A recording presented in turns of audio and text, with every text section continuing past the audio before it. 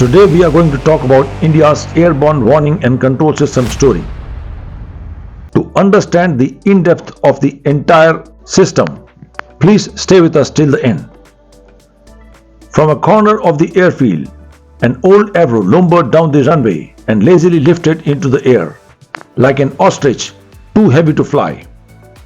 The propellers whirled noisily, eating up the air in front and keeping the garishly painted giant machine afloat.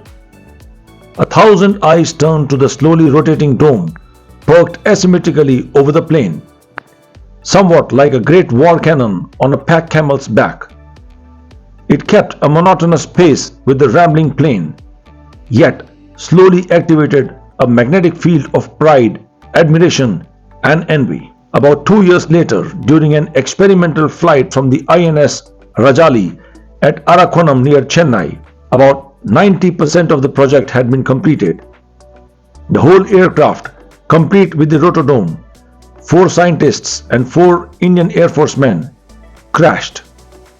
The rotodome collapsed over the plane, and the plane did 2 somersaults, then swiveled to avoid electricity lines and the villages. With that went down India's AWACS dream. Fast forward to February 14, 2017. The Eye in the Sky, or the first India-built airborne warning and control system, was handed over to the Indian Air Force.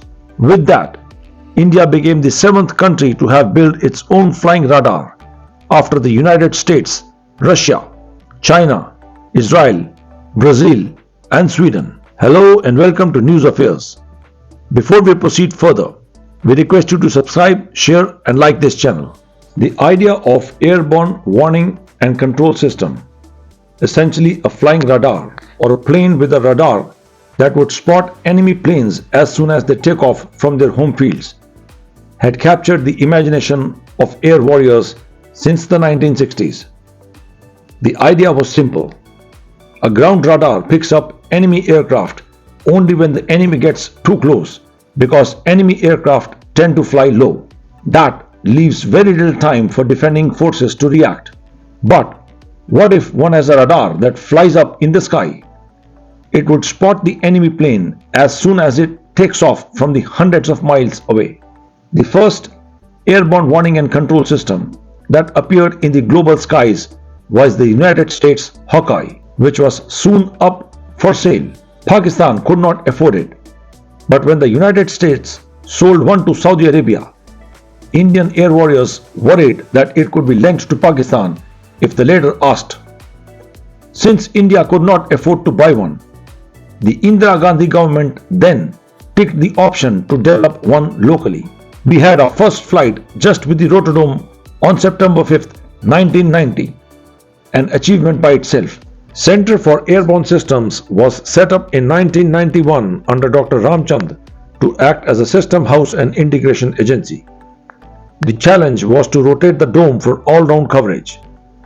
That is where they failed a second time, leading to the unfortunate crash in January 1999. During the course of flight testing, the aircraft was cleared to a maximum speed limit of 180 knots and altitude of 10,000 feet. However, the speed limit for lowering the flaps was left untouched, and it was presumed that the takeoff flap at 150 could be lowered at the laid-down limits of 180 knots, but was never tested in flight or analyzed on the ground. The problem was with structural engineering. The rotodome design was such that the center of pressure was towards the front half of the rotodome, and therefore the load on the rear bracket was presumed to be compressive. However, when the flaps were lowered at 180 knots, the aerodynamics of the rotodome changed in such a fashion that the lower half became tensile because of the shift in center of pressure. Under these circumstances, the 2 rear brackets failed, as established by the Court of Inquiry. DRDO was told by political masters to give it up. The team believed that if America or Israel could do it, so could they, and they decided to do it all their way. Well, the technology had changed from mechanically scanning to electronically scanning, which meant that you could have a fixed panel that emits electronic waves all around. Experiments began with an Israeli Falcon airborne surveillance system mounted on a huge Russian Ilyushin-76 aircraft. At the same time, the efforts to develop the indigenous airborne early warning and control system continued earnestly since 2004. The challenges were manifold. Basically, three systems had to be developed: the AESA-based primary radar, identification friend or foe, an electronic intelligence and signal intelligence system, all hosted on the Embraer 145. Luckily, by the 2000s, funds were no longer a problem. Liberalized India was shining, making money and spending money. Soon, it became a joint effort with agencies after being successfully flight tested in Chabua, Bhatinda, Jamnagar, Gwalior, Leh, and many other places in India and in Brazil, Norway, and Sweden, before the final testing run in Jodhpur on February 11, 2017. It was handed over to the Indian Air Force on February 14, 2017. What gives one goosepimples even now is the memory of Indian Air Force's cross-border strike on a terrorist camp in Balakot in Pakistan 2019, when the surveillance systems placed on an Embraer jet hovered around in a supporting role to the raiding Indian Air Force fleet of fighters. It was crucial to the Indian Air Force operations.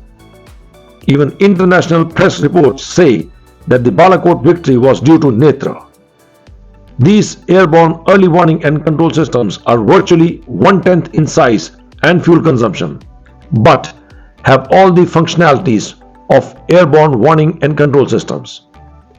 The future looks bright for the Netra, including on the export front. Jai Hind.